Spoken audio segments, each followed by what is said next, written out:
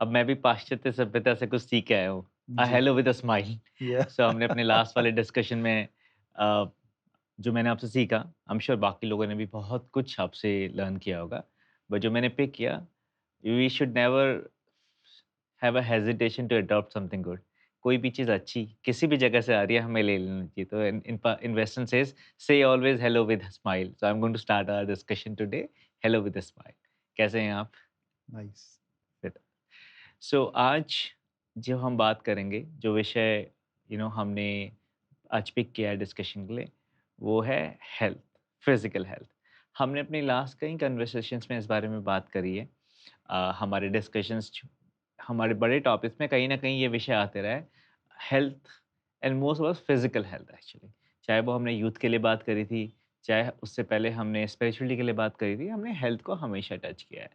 And health इसलिए because हम सब का ये मानना है, if you have a healthy body you will have a healthy nation, because a healthy community can build a healthy nation. And Bharat as in a country needs a lot of healthy people with a physical health and mental health both to grow further. Health बहुत prospectives में हम बात कर सकते हैं, health में बहुत सारे एस्पेक्ट्स हैं, पर हम कैटेगरी आज 3-4 सेगमेंट्स पे बात करेंगे एंड बड़े ही फोकस सेगमेंट्स हैं। जैसे कि हम बोन हेल्थ की बात करेंगे, हम बात करेंगे हेल्दी हार्ट की बात करेंगे, उसका फंक्शन क्या है, उसका रोल क्या है, एंड देन आपकी एक्सपीरियंस है because you also have some expertise in this area, हम उसे कैसे फिट रख सकते हैं।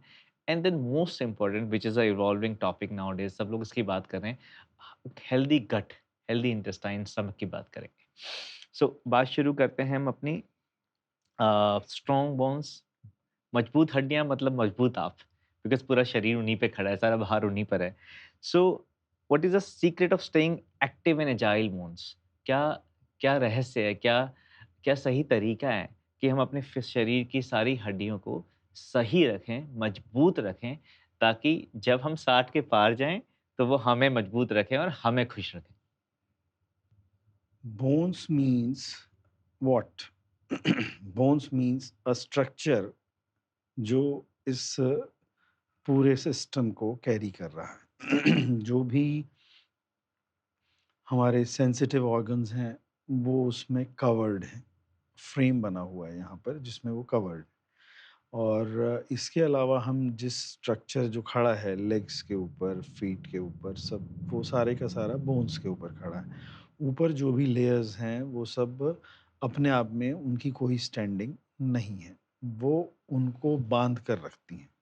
उसके ऊपर लपेटा हुआ एक आवरण है बोन्स के ऊपर।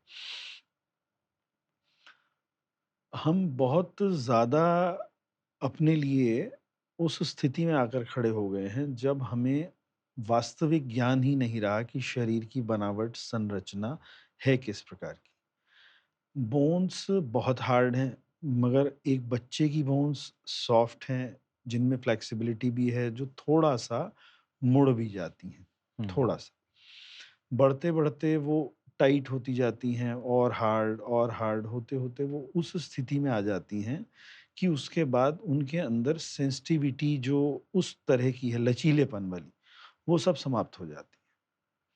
और लचीलापन समाप्त होने का मतलब सीधा-सा ये है कि हमारी जो फ़िज़ीक है, उसकी रेज़िस्टेंस वो कमज़ोर हो रही हुँ। है।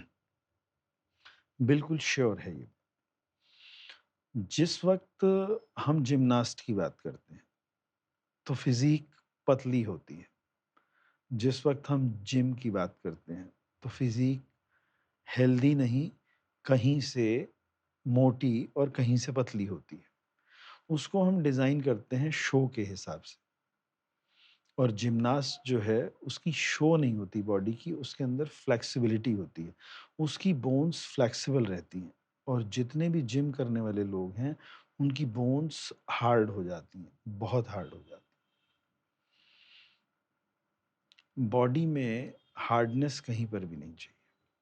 इवन बोन्स में भी उस तरह की हार्डनेस नहीं चाहिए, जो वो कहीं पर भी टकराने से बहुत जल्दी क्रैक हो जाए। पर हमने तो मैं बहुत ही देसी और खड़ी भाषा में कहूँगा, हमने तो हमेशा ना मजबूत हड्डियाँ होनी चाहिए। मजबूती का मतलब स्ट्रेंथ, स्ट्रॉन्गनेस, और सिंपल भाषा में बोलूँ, लाइक जब आप बिल्डिंग कंस्ट्रक्शन करते हैं ना, सबसे मजबूत पिलर ही खड़े होते हैं, तो वैसे पिलर्स होने चाहिए, तो बोन्स वैसी होनी चाहिए। तो इसमें जब हम उम, फ्लेक्सिबिलिटी का कॉम्बिनेशन की बात करते हैं, so what exactly you mean by this? आपका कहने का मतलब जिस समय कैसे? एक कंस्ट्रक्शन हो रही है उसके बीच में सरिया इस्तेमाल किया जाता है, स्टील बार्स। स्टील बार्स वो महँगे हैं जिनमें फ्लेक्सिबिलिटी है। हुँ, अगर फ्लेक्सिबल स्ट्रेंथ की रिक्वायरमेंट ना होती, तो सिर्फ़ कंक्रीट का ही पिलर खड़ा किया जा सकता था। हुँ, करेक्ट। तो वो तो बहुत ज़रूरी है। एक्चुअल में स्ट्रेंथ जो हल्की-सी फ्लेक्सिबिलिटी है, वो मज़बूती को बढ़ाती है। और इन इन सारे ताने-बाने में आपने बोला ना कि हमारी हड्डियाँ, हमारा संरक्षण ऐसा है कि हमारी हड्डियाँ हमारे पूरे शरीर के ताने-बाने को सँभाल के रखती हैं। और अगर हम पिछले 5 साल में देखें, तो जो सबसे ज़्यादा बोन इम्पैक्ट हुई है, वो बैकबोन है, जिसका सबसे ज़्यादा लोगों को प्रॉब्लम है। और आप देखिए आजकल एक कहते हैं बाढ़ सी आ रखी है world of university of WhatsApp and university of Instagram में, जहाँ पे हर कोई इसके इलाज का तरीका बता रहा है। बट आपके नज़रिए में क्या कोई सरल सिंपल सुझाव हैं जिनसे हम इसे फिट रख सकते हैं, और अगर एक पॉइंट के बाद हमें लगे कि ये नहीं ठीक है तो हमें क्या करना चाहिए? हमें ऐसे बैठ जाना चाहिए and wait for healing. It's a good exercise and good remedy. हम प्रकृति को मौका दें कि वो हमें हील अप करे, हम दे नहीं रहे। जिस समय हम एक बिल्कुल शिथिल अवस्था में होते हैं, शवासन के बारे में कहा जाता है। उसे आसन क्यों कहा गया? आसन तो हमारी नज़र में कुछ क्रिया करना है, मगर हमारे यहाँ शव को भी आसन कहा गया।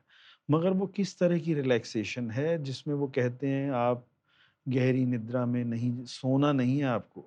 आप कहीं ऐसी अवस्था में जा रहे हैं जहाँ कुछ भी नहीं है, कुछ भी नहीं है, काइंड ऑफ बातें करते हैं, यानी कि विचार शून्य अवस्था। जिस समय हम विचारों की कमी में जाने लगते हैं, विचार शून्य अवस्था की तरफ बढ़ रहे होते हैं, बॉडी की रिलैक्स होने की प्रक्रिया शुरू हो जाती है। स्पाइन में प्रॉब्लम क्या है? स्पाइन के जॉइंट्स में प्रॉब्लम। वो उनमें मूवमेंट पूरा होना चाहिए, मगर वो उनके बीच में स्टिफनेस आ गई है। हुँ, स्टिफनेस वर्ड यूज़ करते हुए आपने देखा होगा। यही वो सख्ती है जो सबसे पहले स्पाइन में दिखाई देती है, जॉइंट्स में दिखाई देती है। उसके बाद वो सीधी हड्डियों पे भी इफ़ेक्ट डालने लगती है जहाँ जॉइंट नहीं है। ये स्टिफनेस नहीं चाहिए। वो सारे जॉइंट्स जो हैं वो उनका मूवमेंट परफेक्ट होना चाहिए। वो भी है स्टिफनेस वर्ड अगर यूज़ किया गया है इसका मतलब उसमें स्टिफनेस हो गई। अभी हमें ये कह दिया जाता है कि उसके बीच में लुब्रिकेशन जो है वो कम हो जाता है। लुब्रिकेशन कम होना ये सारे ना बाद में निकलने वाले पॉइंट्स हैं। सबसे पहला पॉइंट ये है कि स्टिफनेस आ गई है। जल तत्व 70% शरीर में रहना चाहिए। आज कितने लोग पानी का इनटेक उस प्रॉपर तरीके से कर रहे हैं जिससे कि वो बॉडी के हर ऑर्गन में उस व्यवस्थित रूप से पहुँचे जैसे पहुँचना चाहिए। हम पानी को लगातार ग्लास हमने ख़त्म कर दिया। मुझे अपना ज़िक्र इस वज़ह से करना पड़ेगा क्योंकि मैं हील इसी तरीके से हुआ हूँ। मैंने इन सब चीज़ों को अनुभव किया है L5, L7 में मैंने उस तरीके का पेन महसूस किया है जब मैं एमआरआई के लिए भी गया था। मगर उसके बाद हीलिंग भी हुई है, अपने आप नेचुरल हीलिंग हुई है विदाउट एनी मेडिकेशन और मैंने एमआरआई नहीं करवाया था। गया था और वापस आ गया था। हम जब पानी पीते हैं तो एक व्यक्ति को सामान्य सेहत वाले व्यक्ति को दिन में कम से कम 3 से 4 लीटर पानी पीना चाहिए।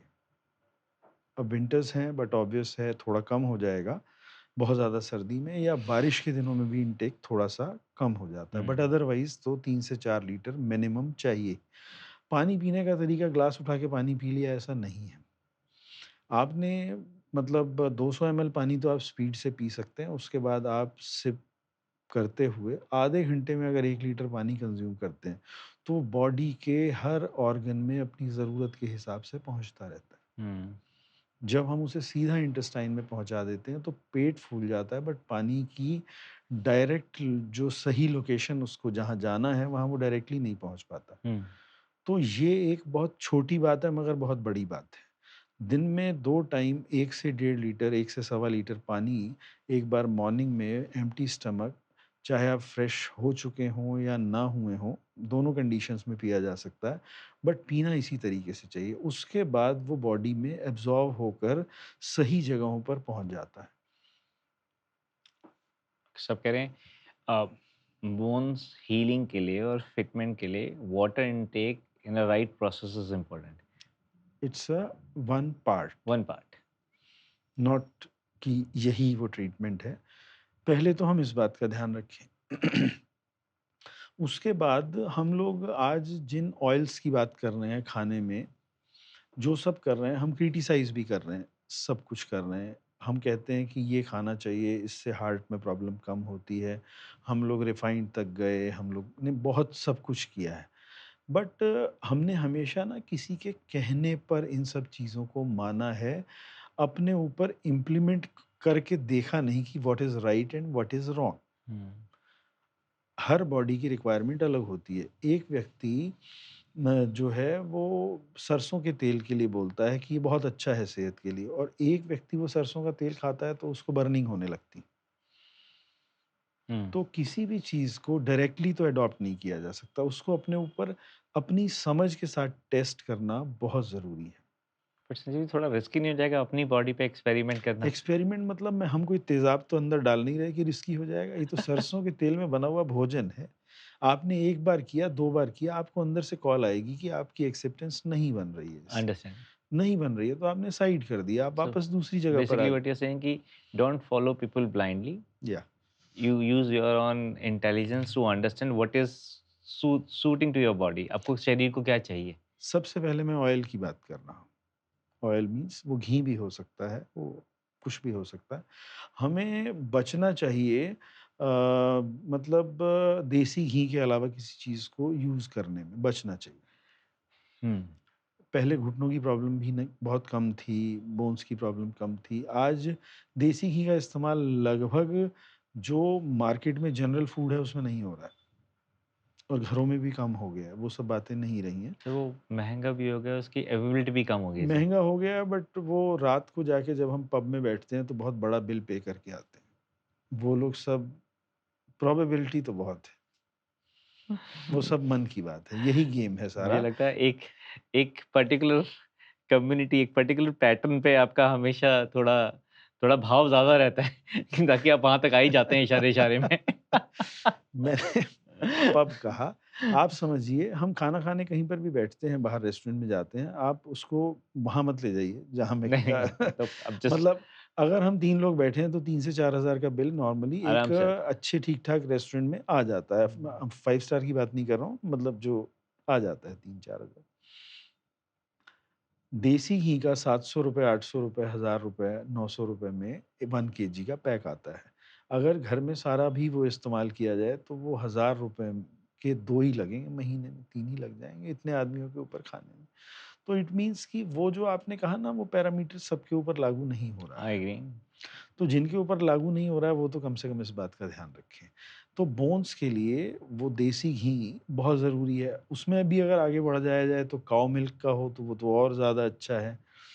तो ये सारे स्टेप्स हैं, बात को समझना तो पड़ेगा। हाँ। हम इसको कहीं पर भी किनारे कर दें तो वो गड़बड़ हो जाएगी। तो हमारे लिए सबसे पहले पानी का इंटेक, उसके बाद मैंने ये देसी घी की बात की कि इसमें बना हुआ भोजन ही हम लें, और हुँ। उसके अलावा जो सबसे महत्वपूर्ण है जिसको हम आज जो प्रोटीन के बॉक्सेस हम लोग इस्तेमाल कर रहे हैं, जो प्रोटीन्स हम डायरेक्टली ले रहे हैं, चम्मच ली, दूध में घोला और पी लिया। आप सिंथेटिक प्रोटीन की बात कर रहे हैं। अगर ये इतना ही आसान होता इन प्रोटीन्स के ज़रिए बॉडी को मेंटेन करना, तो एक फसल जिसको पैदा होने में 3 महीने लगते हैं, तो उसकी ज़रूरत ही क्या थी? सारे इन्हीं डब्बों पे चल जाते। मगर ऐसा तो नहीं है, इट्स रॉन्ग, गलत तो है। बिल्कुल ऐसा है जैसे हमने अ, हमारे पुराने प्रोटीन्स, चौलाई का साग, मंडवे की रोटी, हमने पहले ज़िक्र किया इस बात का। हुँ। और बहुत सारी चीज़ें हैं जो हर क्षेत्र के हिसाब से अलग-अलग प्रकार से पैदावार हाइली रिच हैं वो, उनका इंग्रेडिएंट्स जो इनके हैं, जिनमें हम विटामिन्स की बात करते हैं, कुछ भी आयरन या व्हाटएवर। अब जब हम इनको खाते हैं, तो खाने से ना एक तृप्त भाव आता है। मैंने कल गेहूँ की रोटी की जगह मंडवे की रोटी जीवन में पहली बार खाई। आप बिलीव करें, जब मैं वो रोटी खा रहा था, तो मेरे मन में मतलब बहुत तृप्त भाव आ रहा था उसको खाकर। और वो जो आटे की रोटी है, गेहूँ के आटे की, मुझे बाद में उसका टेस्ट भी नहीं आ रहा था। हुँ। मुझे लग रहा था कि मैं मिस कर रहा हूँ कुछ, और उसकी क्वांटिटी भी कम चाहिए इन कंपैरिज़न ऑफ गेहूँ के आटे की। अगर हम 2 चपाती खा रहे हैं, तो वो शायद मुझे लग रहा था 1 सवा में ही काम हो जाएगा। अब मैंने कल ये चीज़ महसूस की। अब मैं आपको एक बात, वो अंदर जाके जो भी उसका प्रभाव शरीर के ऊपर होगा, जैसा भी होगा, मतलब ये बिल्कुल ऐसा है प्रोटीन खाना, जैसे ना अभी एक गन में हमने बुलेट लगाई और उसे फायर किया, तो वो एक प्रोसेस से जाके टारगेट को हिट करती है और काम जिस भी पर्पज़ से वो यूज़ की गई है, वो पूरा कर देती है। और डब्बे का प्रोटीन बिल्कुल ऐसा है कि हमने बुलेट ली हाथ में और हाथ से लेके फेंक दी। अब आप सोच लीजिए कि किसी चीज़ का कोई प्रोसेस तो होगा। इंटेस्टाइन के ज़रिए जब डाइजेस्ट होके कोई प्रोटीन हमारे पूरे सिस्टम में पहुँचता है, उसमें और वो प्रोटीन का पाउडर खाने में फ़र्क तो होगा। तो हम लोग जो सप्लीमेंट्स के ऊपर आ रहे हैं, ये हमें ख़राब कर रहे हैं। और हम सप्लीमेंट्स पे क्यों आ रहे हैं?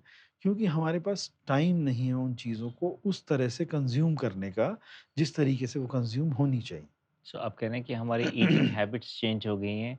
हमारे हर स्टेट के हिसाब से हमारी फूड प्रेफ़रेंसेस थी, जो उस ज्योग्राफ़ी, उस प्लेस, उस इकोसिस्टम के हिसाब से हमारे एंसेस्टर्स ने डिज़ाइन करी थी। एंड अब हम उससे हट गए हैं बहुत ज़्यादा, इसलिए हमारी बॉडी को नॉर्मल प्रोटीन्स नहीं मिल पा रहे हैं, नॉर्मल मिनरल्स नहीं मिल पा रहे हैं, कार्बोहाइड्रेट्स नहीं मिल पा रहे हैं, और हम आर्टिफ़िशियल प्रोटीन का सहारा ले रहे हैं, जो हमारी बॉडी के लिए ठीक नहीं है। एंड अल्टीमेटली ये सब हमारी बोन स्ट्रक्चर को इम्पैक्ट कर रहा है, और जो हमें धीरे-धीरे वीक करते हुए जा रहा है। हम लोगों को पहले, आपको याद होगा, कुछ डॉक्टर्स ये कहते हुए समझ आते थे, कुछ कहते हैं जूस पी लो, कुछ ये कहते हैं जूस नहीं, आप खा लो फ्रूट फल को, खा लो, हाँ, ये मगर डिबेट हमेशा जूस रहती है। हाँ, जूस मत पियो। व्हाई? समझने की ज़रूरत है ना जी इस बात को। जूस पीने का मतलब, जब हम जूस का सिप लेते हैं, तो वो सीधा उतर जाता है नीचे। फिर हम 2 सिप फ़ास्ट ले लेते हैं, वो सीधा उतर जाता है। वो एसिड क्रिएट करने लगता है अंदर जाके। कारण कि जितना टाइम उसे मुँह में रहकर वहाँ से जो एंजाइम्स साथ में लेकर नीचे जाने थे, वो उतनी मात्रा में उसको नहीं मिल रहे। तो वो अंदर जाके नुकसान कर रहा है। और जब हम उसी फ्रूट को, संतरे को जब आप एक-एक बाइट के साथ लेते हैं, तो वो कितना एंजाइम साथ में लेके नीचे जाता होगा। जब आप संतरे का जूस खट पी जाते हैं, तो वो तो साथ में बहुत कुछ थोड़ा-सा लेके सर जाता अब है। यहाँ टाइम मैनेजमेंट का कांसेप्ट आ जाएगा एक्चुअली। देखिए, जीवन किस लिए जीना है? स्वस्थता के लिए जीना है। जीवन का मतलब क्या है? अगेन, हम भूल रहे हैं कि हमारा मेन मोटिव क्या है। मतलब शरीर जो बना है, वो व्यवस्थित खान-पान, रहन-सहन सबसे पहले चाहिए, उसके बाद बाकी चीज़ें रिक्वायर्ड हैं। यहाँ वैल्यूज़ का कांसेप्ट आ जाएगा सर, जो हम पहले टॉपिक्स में बात कर चुके हैं। सो आई थिंक जो हम बात करते जा रहे हैं वो कहीं न कहीं इंटरकनेक्टेड है हमारी हेल्थ को मेंटेन करने में। जब भी कभी हम कोई चर्चा करेंगे, एट लास्ट शांति से बैठकर हर काम को करने से वो काम व्यवस्थित होता है, वहाँ आके ख़त्म हो जाएगी। मगर अब जब हम डिस्कशन करते हैं, किसी टॉपिक पे बात करते हैं, तो सुनने वाला उस पर्टिकुलर टॉपिक के ऊपर ही सुनना चाहता है, इसलिए वो कहना होता है। हाँ जी। मगर अदरवाइज़ अगर हम उस कामनेस की तरफ चले जाएँ, जहाँ जाने के बाद हम स्लो डाउन हो जाते हैं मन से, और वर्क एफिशिएंसी बढ़ जाती है। एक व्यक्ति किसी एक काम को रेगुलर टच कर रहा है, मगर परफेक्टली नहीं कर पा रहा, और मेंटली जो स्ट्रांग है, फिज़िकली जो एबल है, अपनी कामनेस की वजह से, वो वन शॉट में उस काम को परफेक्ट कर। अभी मैंने इसमें जल की बात की, इसके बाद मैंने इसमें देसी घी की बात ऑयल की, की बात करी आपने। और कि देसी घी लेना चाहिए, और अगर वो नहीं भी ले सकते, तो कम से कम उन ऑयल्स को लें जिनमें केमिकल नहीं है। हम चाहे सरसों की बात कर रहे हैं, या किसी भी वनस्पति का निकला हुआ तेल जो हम ईज़िली डाइजेस्ट कर पा रहे हैं, वो लें, मगर केमिकल्स से बचें। First thing. सर इंडस्ट्रियलाइजेशन के एज में ये आइडेंटिफाई करना कि केमिकल्स कहाँ हैं, कहाँ नहीं हैं, इत लेस केमिकल्स कह लीजिए, क्योंकि जब इस विषय पर जाया जाएगा तो तो फिर हाँ, जब हम देशभक्ति की बात करते हैं तो ये देशद्रोह है कि हम केमिकल वाले ईटेबल प्रोडक्ट्स को प्रोड्यूस कर रहे प्रोड्यूस हैं। भी कर रहे हैं। ये देशद्रोह है, अलग विषय में बात हो सकती ठीक है, है। तो मतलब देशद्रोह तो है सीधा-सीधा ना, कि एक भोले मन को आपने परोस के कुछ भी सजा के दे दिया और वो ले रहा है, तो आप तो देशद्रोह कर रहे हैं, क्योंकि आप अपनी देश की जनता के साथ हम इस पे बात करेंगे जब भी हमें जस्टिफिकेशन मौका मिले। नहीं दे रहे हैं, तो वो एक अलग विषय है। तो हमें राइट ऑयल्स लेने चाहिए, हमें फ्रूट्स को, सीज़नल फ्रूट्स को, आज चाइना से या और जगहों से नॉन सीज़न के फ्रूट्स भी आ रहे हैं। एक वक़्त है जब बनाना खाना ज़्यादा अच्छा है, एक वक़्त है जब एप्पल खाने का मन करता है, एक वक़्त है जब आम खाने का मन करता है। तो जो हमारे क्षेत्र के हिसाब से सीज़नल फ्रूट्स हैं, हमें उनको लेना चाहिए। और उनको लेने का तरीका अगेन वही होना चाहिए कि हम जूसेस पे ना जाके उनको लें। कम मात्रा में आप 3-4 एप्पल का निकला हुआ जूस 2 मिनट में पी जाते हैं, और आपको अगर 4 एप्पल खाने के लिए कह दिया जाए तो आप खा ही नहीं सकते। आप 1 या डेढ़ एप्पल में पूरे तरीके से तृप्त हो जाएँगे। इसका मतलब वो 1 एप्पल में ज़रूरत पूरी हो जाती है अंदर, तभी तो आगे मन नहीं करता, और जूस आप 1 ग्लास पी जाते हैं तो भी बात, उसके बाद भी आप ले सकते हैं। तो इट मीन्स कहीं न कहीं कंज़्यूम करने का तरीका हमारी हेल्थ के ऊपर इफ़ेक्ट डाल रहा है। हम ओवर ईटिंग कर रहे हैं, बट उसके रिज़ल्ट्स उतने भी नहीं आ रहे जितने कम खाने से भी आ जाते हैं। तो वो बहुत ज़रूरी है ध्यान रखना, मैंडेटरी है वो हमारे लिए। इसके बाद हम आते हैं उन चीज़ों के ऊपर, जैसे हम गेहूँ की बात करते हैं, हम चावल की बात करते हैं, हमने और कई आटों की भी बात की है, अलग-अलग मतलब चीज़ों के बने हुए, जैसे मंडुवा मैंने अभी आपसे कहा। तो इन सब में हमारी सिलेक्शन वो होनी चाहिए जो हमारे क्षेत्र के हिसाब से अच्छी है। मोटा अनाज हमेशा ईज़िली डाइजेस्टेबल है, उसके अंदर फाइबर कंटेंट ज़्यादा होता है, सब कुछ है। अब अगेन वही समस्या है कि बिज़ीनेस, व्हाट काइंड ऑफ बिज़ीनेस जो हमारी मतलब स्वास्थ्य को ख़राब कर रही है, जो हमारी फ़िज़ीक को उस लेवल पे स्ट्रेंथ नहीं दे पा रही है, वो हमें नहीं उसको कंसीडर करना चाहिए। हमें कंसीडर करना चाहिए जो एक्चुअल थिंग्स हैं हमारी उनको। तो बोन्स का मज़बूत होना बहुत ज़्यादा ज़रूरी है। बोन्स मतलब बॉडी, स्टार्ट ही वहीं से हो रहा है। तो बोन्स का बहुत ज़्यादा ध्यान रखना है, ये खान-पान, ये रहन-सहन, और इसके अलावा बोन्स मूवमेंट से भी ठीक रहती हैं। अगर हम सिंगल पोस्चर में ज़्यादा देर तक रहते हैं, तो बोन्स के ऊपर उसका भी इफ़ेक्ट पड़ता है। हमें अवॉइड करना चाहिए पर्टिकुलर पोस्चर पे बहुत ज़्यादा देर रहने के लिए। जैसे कि हम सिस्टम पे बैठ के काम कर रहे हैं, तो भी वो प्रॉब्लम है। कई लोगों को वैसे ही बैठने की आदत हो जाती है, कई लोग ऐसे हाथ रख के बैठे रहते हैं, तो वो प्रैक्टिस में आ जाता सबसे है, कंफर्टेबल पोज़ है ना sir. But it's not fair. हम अपने सर को भी उठाकर नहीं रख सकते, तो इसका मतलब हमारी गर्दन में कमज़ोरी है। तो इन सब बातों का ध्यान रखना चाहिए, और बोन्स वो चीज़ है जिस जिसके अंदर परमात्मा ने इतनी मज़बूती दी है कि शरीर के पूरा होने के बाद भी जब शरीर नहीं रहता, तो बोन्स को डिस्ट्रॉय होने में टाइम लगता है, बाकी शरीर तो तुरंत समाप्त हो हुँ, जाता है।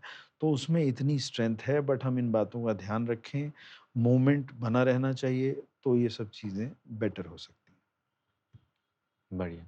सो I think if you have a healthy bones, you have a longer life, much fitter life, and you can enjoy the life. Let's summarize in this way.